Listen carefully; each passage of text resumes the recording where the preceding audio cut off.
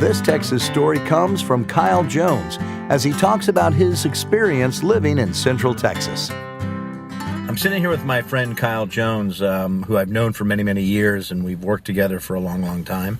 And I grew up in Houston, and Kyle grew up in, well, I'll tell you what, why don't you tell me where you grew up? I grew up in Dallas and went to school later in Austin, and now I live here in Houston. So tell me a little bit about what life was growing up. Now, you're a few years younger than me. Mm-hmm. So tell me kind of like, what was your time frame, like going to high school and into college, and just kind of what was that like for you back then? Okay, well, I graduated high school in 91, so that's right when Nirvana came out, glam rock died, and grunge began. He also had the gangster rap going then. And no cell phones or anything like that. In fact, when I went to college in Austin, got my first email account. And that all you did was sit in the library and email each other, hey, what's up? And that's about it. And then graduated college in 95. And then went to New York. And there was one computer. This is the largest agency in the world at the time. And there was one computer with the internet on it. Yeah, it was a much different time back then. Yes. Technology still in its infancy, actually probably not even born really yet. No. Still in its third trimester. So the now wife followed me up there, and we decided we wanted to get married. And so, and she wanted to go back to school. So for out-of-state tuition in New York and wanting to do a wedding, that would have been very expensive. So we came back to Texas, back to Austin, and I was working advertising at the time. And then a few years there, and then I got laid off 2 weeks before my wedding by a real nice guy, and found a new job in Houston. I've been here ever since. Well, that's great, man. Well, that certainly worked out to my benefit. So I'm kind of glad that the cards fell as they did and all that. But so when you were in Austin, I mean, that's such a different part of Texas. For sure. You know, Texas obviously has many, many different facets to it. Mm-hmm. But Austin is really, and it's not ironic that it's in the middle.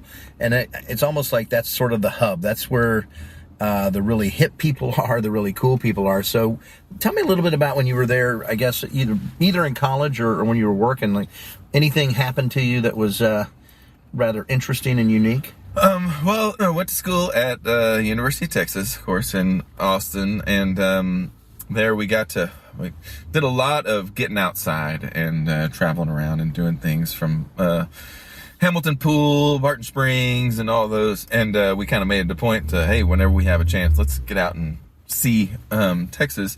And my father was a Texas history major, so we lived for the road trip. All of our vacations, or the majority of them, were driving around Texas and seeing stuff. And so I just kind of kept that going in college. And one trip out in particular, we actually got out of Austin, and we drove out to Big Bend National Park, way out in West Texas. But on the way, we decided to stop in Bracketville. And that's kind of lost in the middle of the deserty part of Texas, right? And that's where they built, for an old couple of movies, a giant life-size replica of the Alamo. And I think the movie was just called The Alamo, right? That was, I think, the John Wayne version. John Wayne, yes. And now it's closed off. Can't go there and see it anymore. But we got there and pull in, and it's really incredible. You're just rolling right alongside the walls and everything. And there's, of course, gift shop here, gift shop there. But there's a little kind of western lean-to town that they've put next to it, which doesn't really represent the Alamo era. It's just more of an Old West thing. Right. But so we go there, we see kind of the touristy side of it, and then we go to the actual Alamo, and little did we know that we were going to be attacked, but we were instantly attacked by a bunch of bees.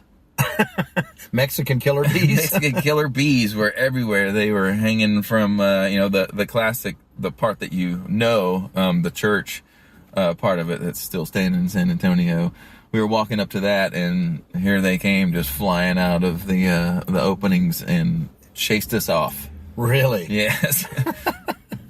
Didn't want you there. No. So, the Alamo fell again. Did you all make it down to Big Bend? Yes, we did, which is an amazing part of the state. A lot of people don't go out there because it's so far away from the 3-4 big cities. But the temperature changes, the atmosphere changes, the wildlife changes. It's a just different universe out there. You go crawling up into the mountains, and there's all these signs of encounters. You're going to encounter this or encounter that. And we were all scared to death that we were going to be eaten by a wild boar or a mountain lion or something. But no. Well, you've already been through the bee thing, Yeah. so what else could there be for you? We survived the bees. So, did you ever see the movie Fandango?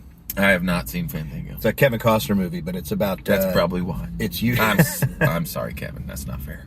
Yeah, but it's about a bunch of UT grads that in the early '60s or mid '60s that are getting drafted, and they do their one last Fandango, and they drive down to the Big Bend. Oh, good. Which at one point earlier in their college career, they had gone down there and buried a bottle of Dom Perignon. And they were going to go down there and have one last toast, and it's kind of their adventure of all that sort of stuff. So, but it's a beautiful place. Now, you grew up in Dallas, right? That's right. And your dad was a history major teacher, or a Texas history teacher.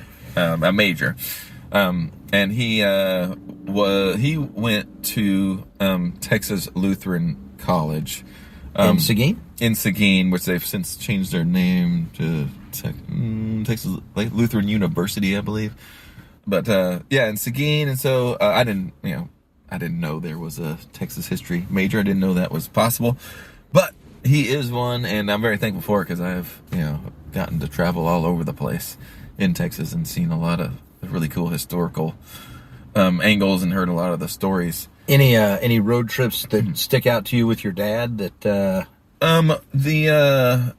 The trip down to Judge Roy Bean's, he's got the law west of the Pecos, right? What they called him, right? And he had this, he had a bar and his courtroom were the same thing. Yeah. And so they would drag somebody in there for fighting or cussing or whatever, and his gavel was a big bottle that he'd bang on the bar to shut people up. Probably my favorite story about Judge Roy Bean was there was the Texas national champion boxer, and there was a Mexican national champion boxer, and they wanted to have a big, a match to see who was number one. Betting, of course, was illegal on both sides. So they built a floating boxing ring and put it in the middle of the Rio Grande. All this was Judge Roy Bean's idea so that he wouldn't have to arrest anybody and he could bet on the match himself. So they floated it out in the middle of the Rio Grande River and beat each other up. I don't even know who won. We all won. Well, I'm going to guess it was the bees. The bees took them both out. The bees took them both out. Well, Kyle, I sure do appreciate talking with you, man. It's always a joy, and you're full of great stories and everything. Hopefully we can do this again. You bet. All right. Thank you, sir. Love you, John. You're the best. This Texas Story was brought to you by the doctors of Texas State Optical, who are proud to celebrate 80 years of Texas history.